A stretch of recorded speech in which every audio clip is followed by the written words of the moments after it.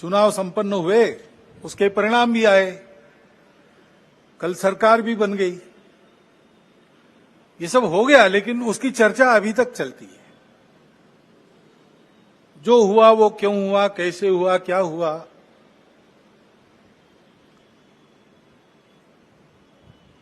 ये अपने देश के प्रजातांत्रिक तंत्र में प्रति 5 वर्ष होने वाली घटना है, होती है।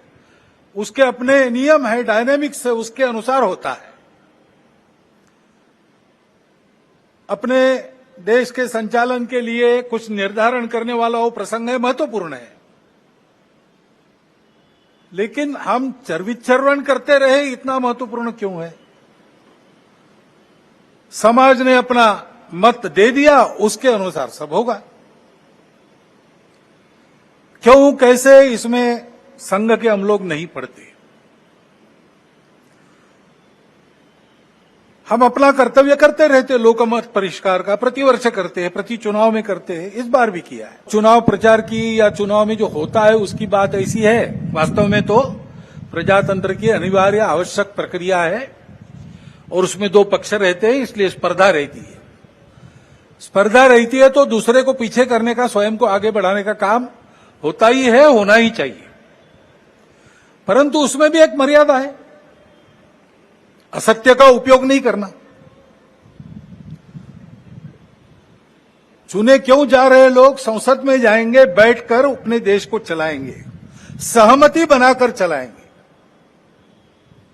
हमारे यहां तो परंपरा सहमति बनाकर चलने की है।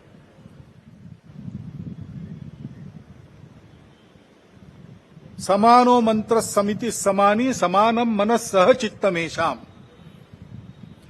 इस सहचित्त पर विनोबा भावे जी की टिप्पणी है। वो कहते हैं कि ऋग्वेदकारों को मानवीय मन का कितना ज्ञान था, ये समझ में आता है।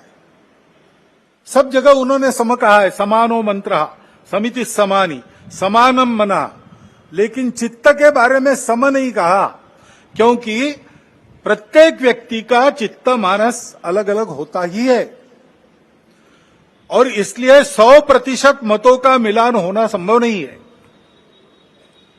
लेकिन जब समाज में लोग अपना चित्त अलग अलग होने के बाद भी हमको साथ ही चलना है ऐसा निश्चय करते हैं तो सहचित्त बन जाता है।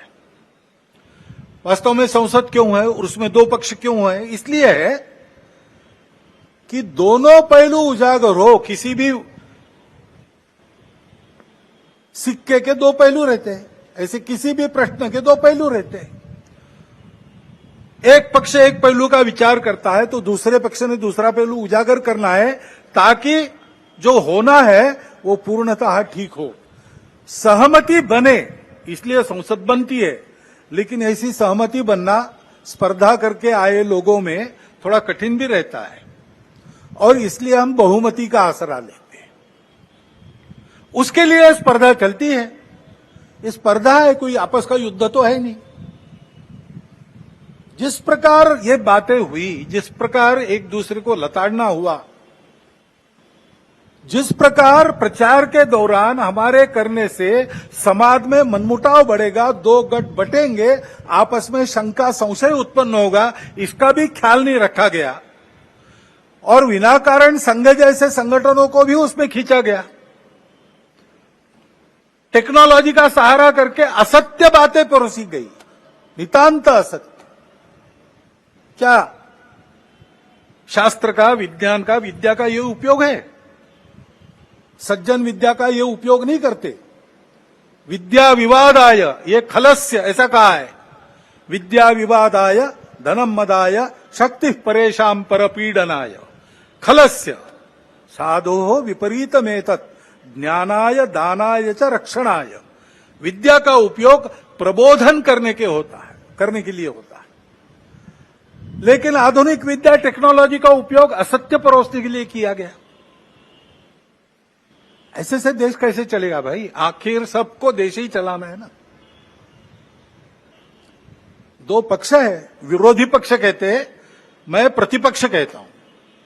वो विरोधी नहीं है, उसको विरोधी मानना भी नहीं चाहिए। वो प्रतिपक्ष है, वो एक पहलू उजागर कर रहा है, उसका भी विचार होना चाहिए। ऐसा जब चलना है तो चुनाव लड़ने में भी एक मर्यादा होती है। उस मर्यादा का पालन नहीं हुआ, क्योंकि उसका पालन होना इसलिए आवश्यक है कि हमारे देश के सामने चुनौतियां समाप्त नहीं हुई। अब सरकार बन गई, वही सरकार फिर से आ गई एनडीए। अब 1 साल से मणिपुर शांति की राह देख रहा है। उसके पहले 10 साल शांत रहा,